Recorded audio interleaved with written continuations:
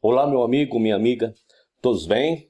Vamos lá, vamos continuar. Estamos chegando aí no 20º vídeo, não, 21º, se eu não me engano, né? Dessa série aí sobre demônios, Satanás, encapetamento. E você vem notando nessa longa, um pouco longa assim, um pouco extensa, série de vídeos, mas deve ser longa realmente porque tem que ter muito detalhe. Você já deve ter percebido que esta coisa de encapetamento, demônios, que está tomando o corpo da pessoa e tudo mais, não tem base nenhuma de Gênesis a Apocalipse. Bom, nós paramos no vídeo passado sobre o tema o engano do pecado, né? Vamos lá, um dos grandes propósitos da lei de Moisés era permitir aos homens verem claramente a sua própria condição de pecadores, para que pudessem apreciar a sua necessidade desesperante da salvação.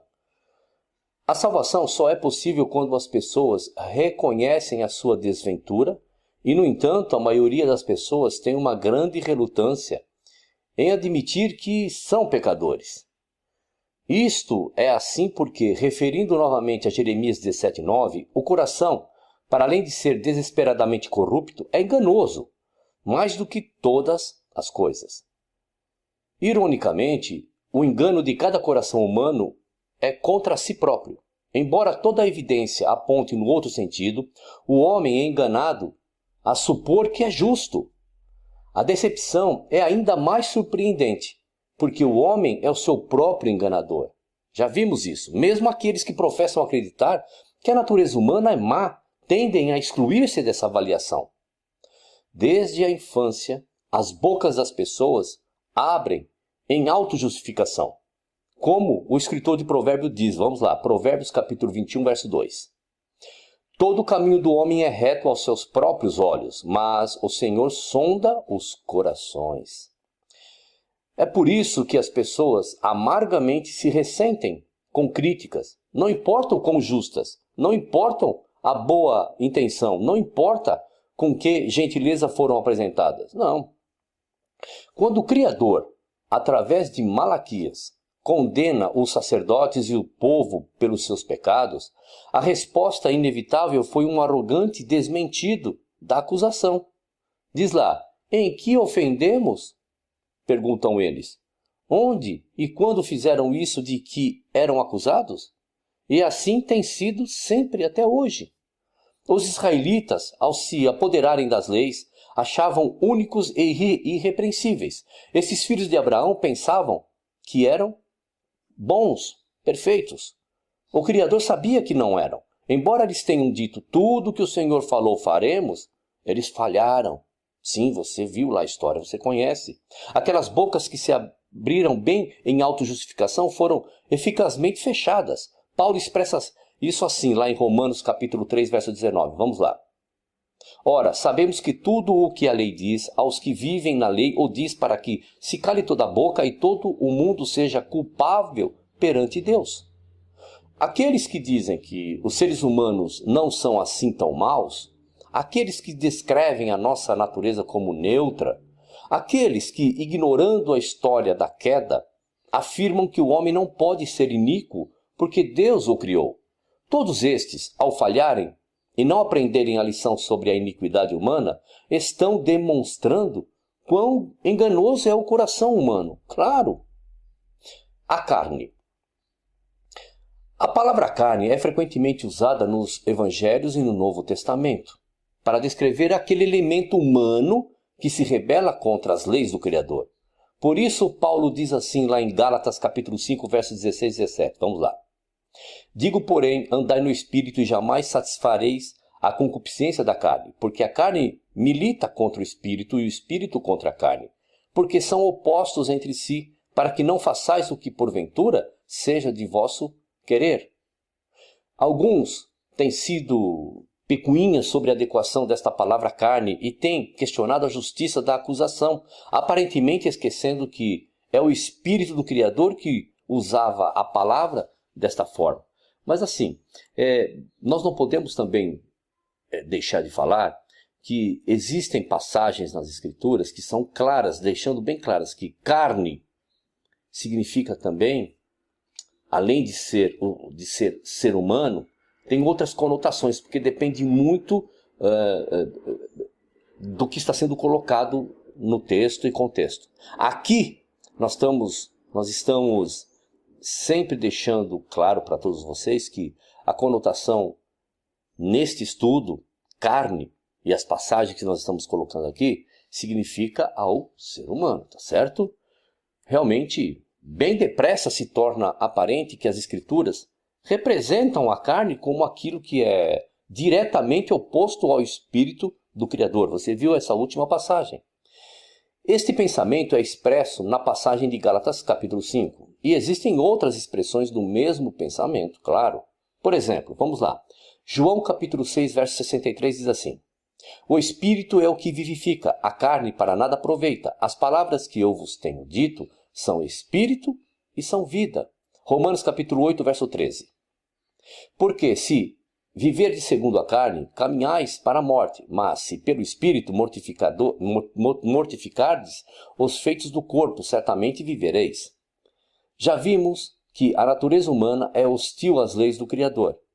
Também vimos que a palavra carne também é usada para descrever este elemento rebelde no homem, especialmente quando expressa sua oposição ao Espírito do Criador. Algumas vezes, as tendências ofensivas são chamadas, mais precisamente, de concupiscências ou desejos da carne. E, como vimos em Romanos 7, a palavra pecado é algumas vezes usada para descrever não somente atos de transgressão contra a lei do Criador, mas também aquela tendência no homem que se manifesta a si mesma nestes atos ímpios.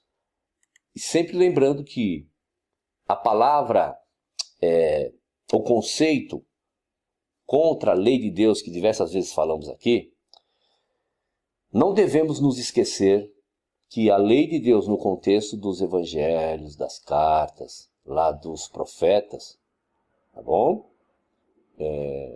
Em relação à universalidade, a toda a humanidade, não somente aos hebreus, não são aqueles 10 mandamentos, tá? Isso já é um outro assunto, um outro vídeo que eu vou montar aqui, que eu vou deixar direitinho, apresentando para vocês, é claro que eu estou abrindo parênteses, apresentando para vocês que aqueles 10 mandamentos, os preceitos, a lei, apesar que, quando eu fiz os vídeos lá no passado sobre os mandamentos, sobre a lei, eu já deixei alguma coisa em aberto, né? Que era só para os hebreus, o não matarás era para os hebreus, mas provavelmente eu vou detalhar muito mais sobre esse assunto.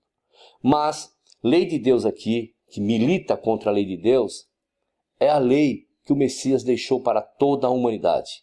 Ter o Criador como único Deus, que é não praticar a iniquidade, e amar o próximo como Ele nos amou, que é a não prática da impiedade, amor ao próximo.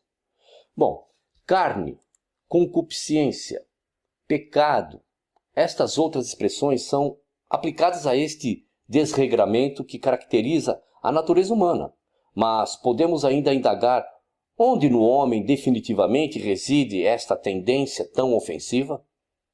Ou, colocando a questão de outra forma, qual é a quinta essência do pecado?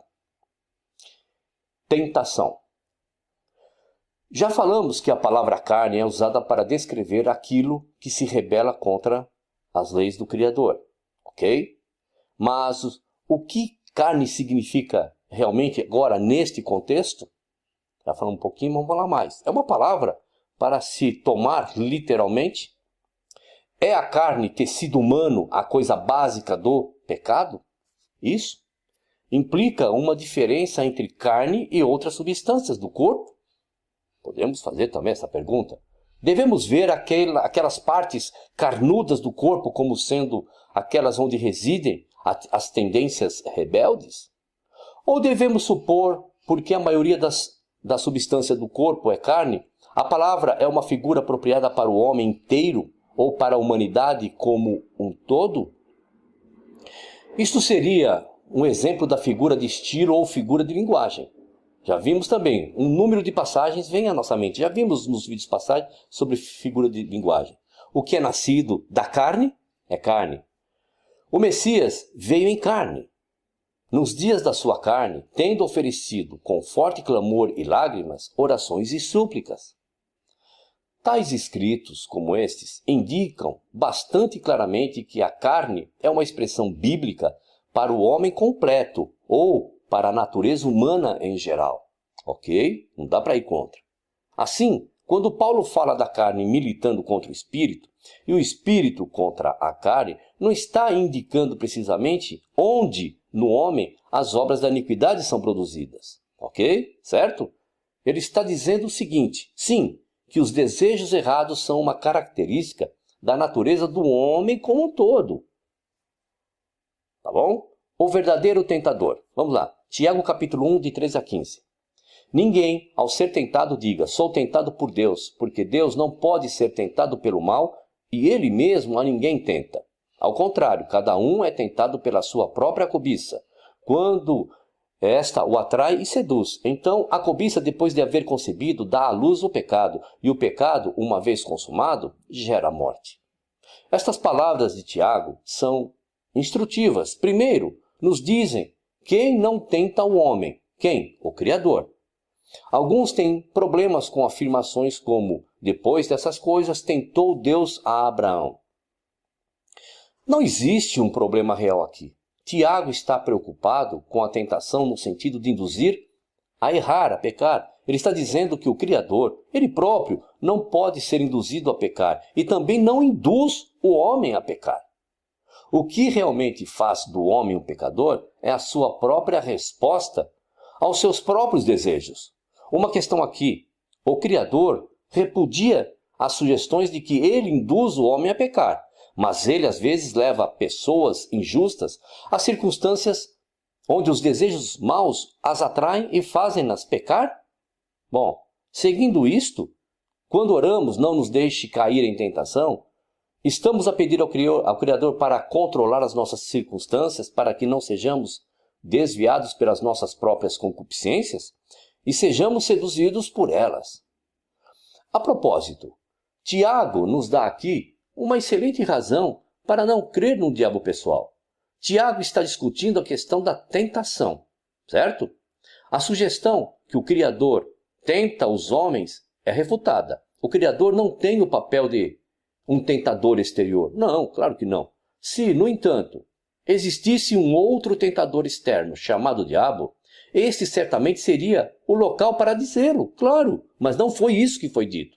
Mas em vez de falar de uma poderosa personalidade maligna, sempre pronta a causar a queda do homem, Tiago diz que a tentação vem dos próprios desejos errados, concupiscências do homem, certo? Resistindo ao diabo. Vejamos agora Tiago capítulo 4. As palavras cobiçar, invejar, prazeres ocorrem na abertura deste capítulo. Vamos lá. Tiago capítulo 4, versos de 1 a 3.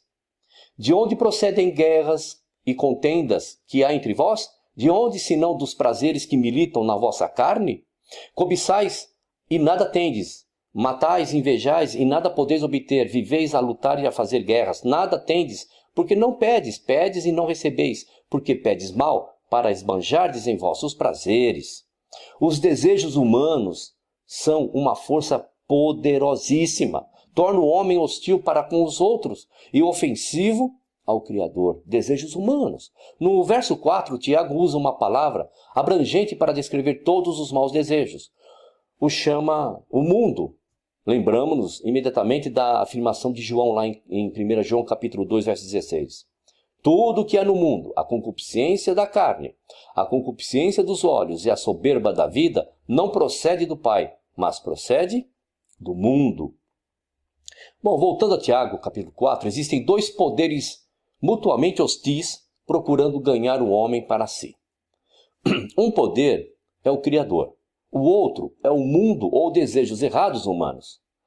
Aquele pois, que quiser ser amigo do mundo, constitui-se, claro, automaticamente inimigo de Deus. Este ponto é apresentado nitidamente lá no verso 7. Vamos lá. Sujeitai-vos, portanto, a Deus, mas resiste ao diabo, e ele fugirá de vós. O uso da palavra diabo nesta passagem parece surpreendente.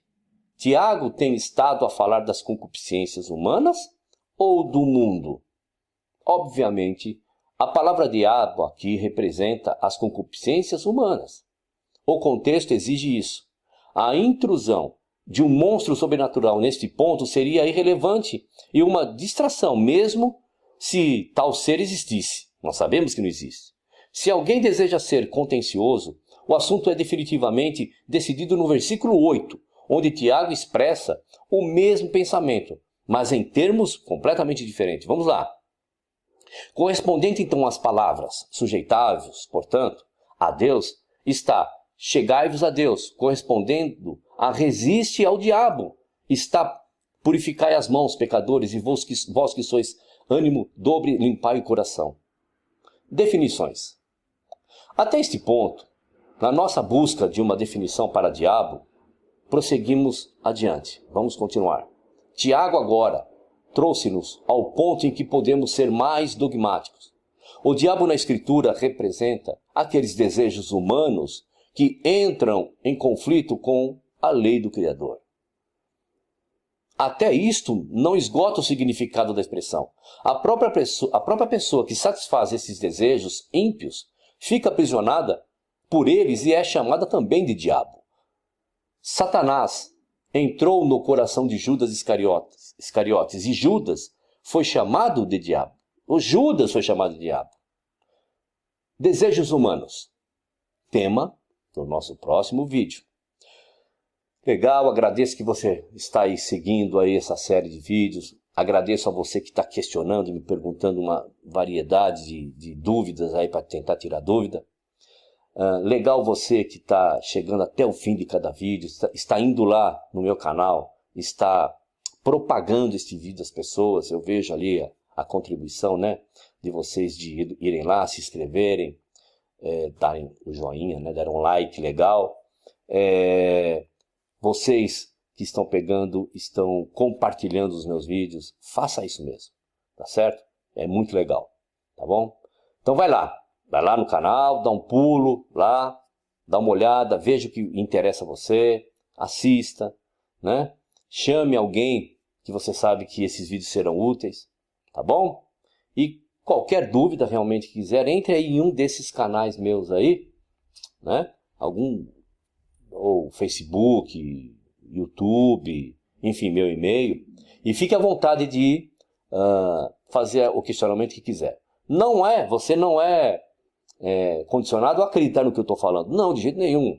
Eu espero e acredito que cada vídeo que eu posto aqui, e que eu estou trazendo um assunto para reflexão, você está pegando a sua Bíblia para ver se é daquele jeito mesmo que eu estou falando. Ok? Um abraço então e até o próximo vídeo.